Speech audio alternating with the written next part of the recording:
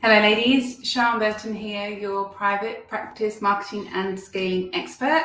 And I'm here today to talk to you about how you can blend using intuition and strategy to workforce plan and to find the right people for your practice.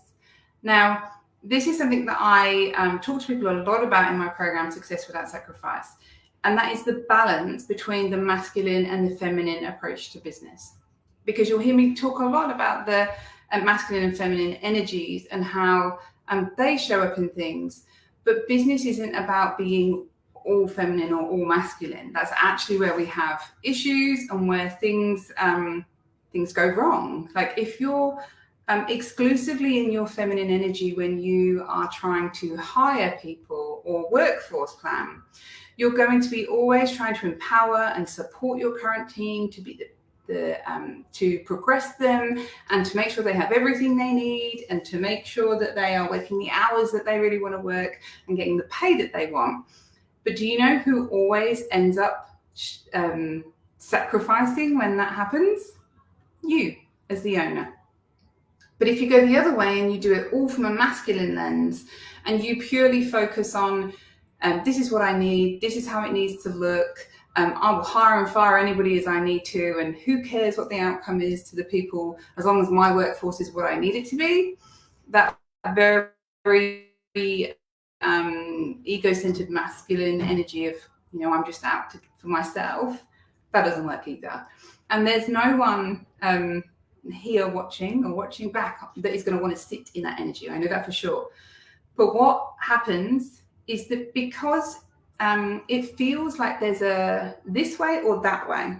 It's either do it the masculine way that I'm being shown, make sure my hands are in the screen, or the opposite of that. And so many of the women that I speak to have just gone to the opposite, thinking that that is a better approach.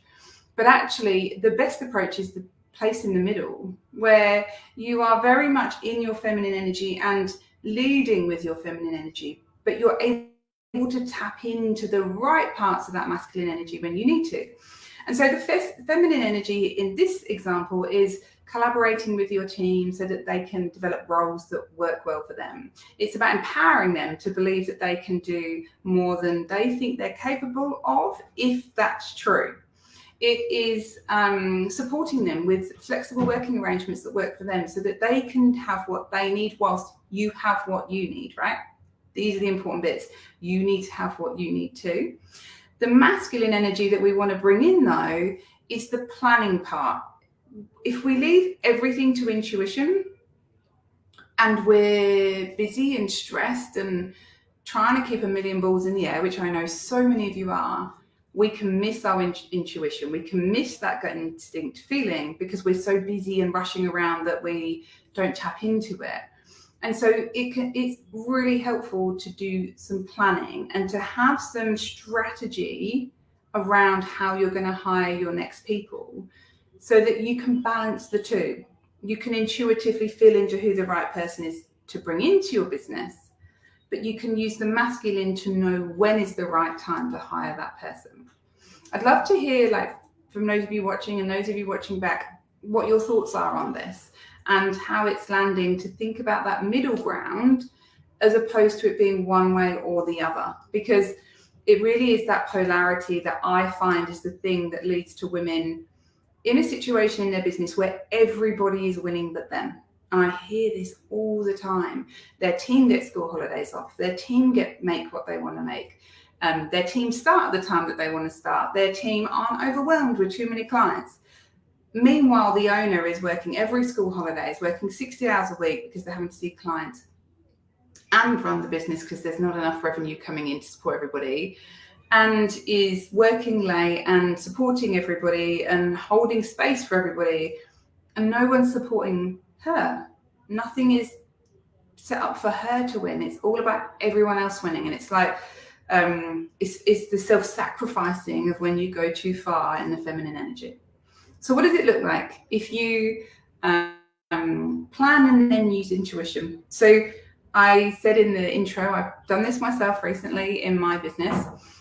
Before Christmas, I started to intuitively feel that something was off with my team and that something wasn't working well. So I took some time and I sat down and I looked at my team and I looked at what they were working on and where their strengths are.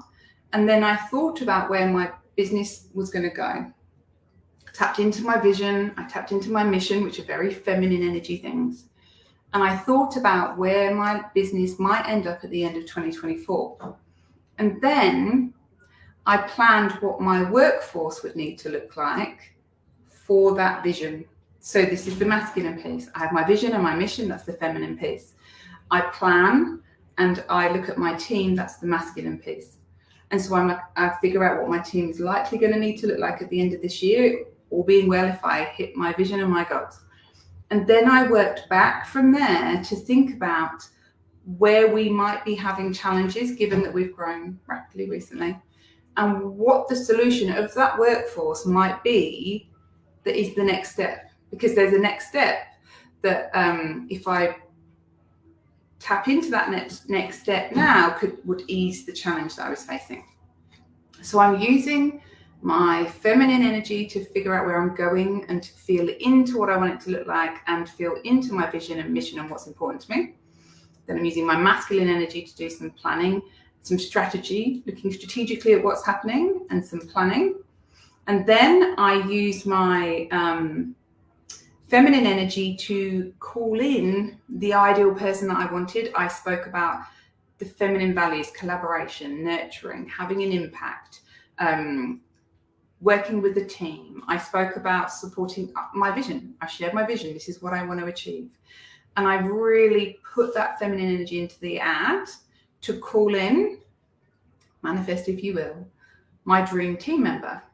And that I did. So I had 100 applicants there or thereabouts.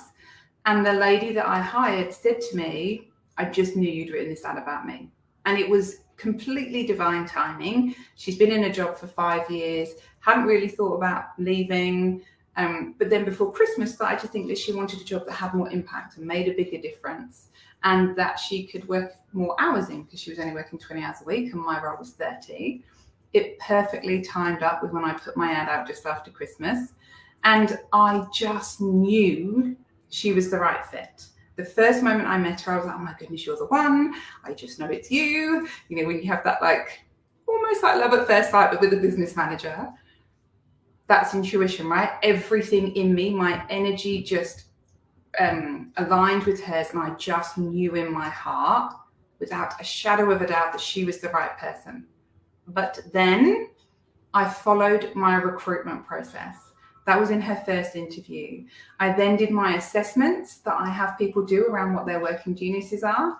She came back spot on with what I wanted, but I already knew what I wanted. So it wasn't me confirming my bias. I had set the criteria of what she needed to meet in order for her to move to the next stage. And even if she, as amazing as she was, if she hadn't have met those criteria, I wouldn't have moved her to the next stage, because I would have then questioned, okay, well, maybe this is someone I'm supposed to become friends with, or there's something else. There's another reason that I've met her and we've connected so well. So I would have listened to my intuition that there was a reason we'd connected, but not just blindly followed that and not done my due process. I did do my due process. I knew what I wanted her geniuses to be. She came back spot on because obviously I manifested her. We did our second interview. It was an amazing second interview. We both were really happy with how it went. She said all the things I needed her to say for me to be confident in her and her ability to do the role. And so I offered her the job. But you can see how I was constantly going backwards and forwards between process, which is masculine energy, and intuition, which is feminine energy, or calling someone in with my words around collaboration and nurturing, but having a recruitment process and not blindly following my intuition, because then not that your intuition is wrong, but it might not be the reason that you're assuming that you've met that person. So I hope that this has been helpful for you to see how you can pull these two things together. Because the mistake I see people make in a situation like that is they meet someone, they're like, oh, this person's great, I'm just going to hire them.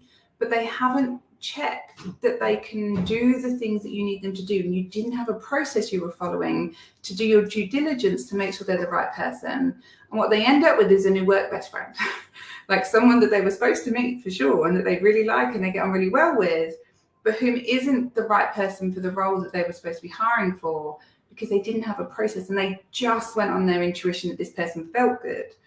But people can feel good to us and not be right for a role. And that's what I want you to take from this training, that there is a middle ground between the feminine and the masculine where you tap into each and you almost like flip-flop between them, and you're pulling the best from them, but you're sitting in your feminine energy of being open to doing it in a different way that isn't that patriarchal way, right? That's the light leading energies, that you're doing it in a feminine way, which is basically doing it differently. But you are going to tap into those things that we need from the masculine to make sure that our feminine can be at our best, right? We're taught that women are here to make men function at their best. Right? Actually, for women, the masculine energy is there to help us function at our best in our feminine energy. It's a supporting energy. They're there to help. Doesn't that feel good to switch the tables around? It does for me. So I'd love for you to take from this that there's nothing wrong with tapping into those masculine things.